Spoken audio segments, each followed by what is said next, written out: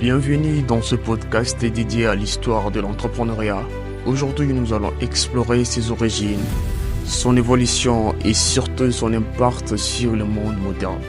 C'est un grand plaisir pour nous. Nous allons recevoir Monsieur Sostène Maloka. Bonjour. Bonjour.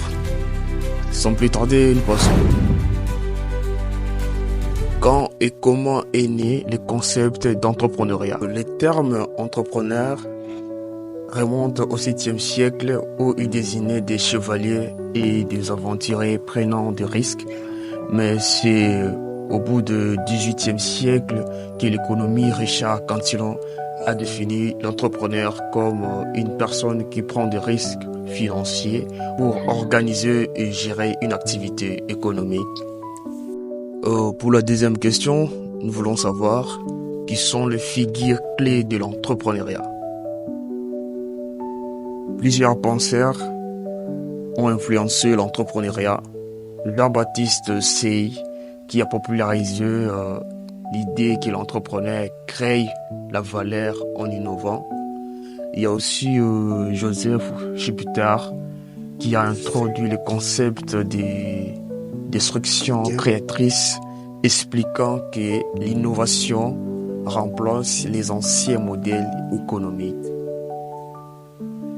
Monsieur Sostène, la troisième question est de savoir comment l'entrepreneuriat a-t-il évolué au fil du temps. Je dirais que l'entrepreneuriat a vraiment évolué. Au Moyen-Âge, l'entrepreneur était souvent un aventurier ou un commerçant. Dans la révolution industrielle, l'entrepreneur devient un moteur de croissance économique avec l'essor des usines et des grandes entreprises.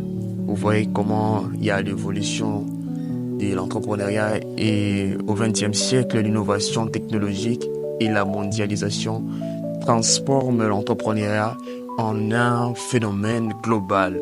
Et aujourd'hui, l'ère numérique permet à n'importe qui de devenir entrepreneur grâce à l'Internet et aux startups.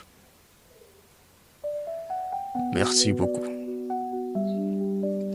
La quatrième question, pourquoi l'entrepreneuriat est-il si important aujourd'hui?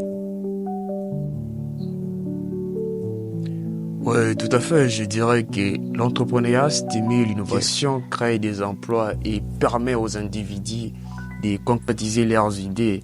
Il est aussi un levier puissant pour le développement économique et social.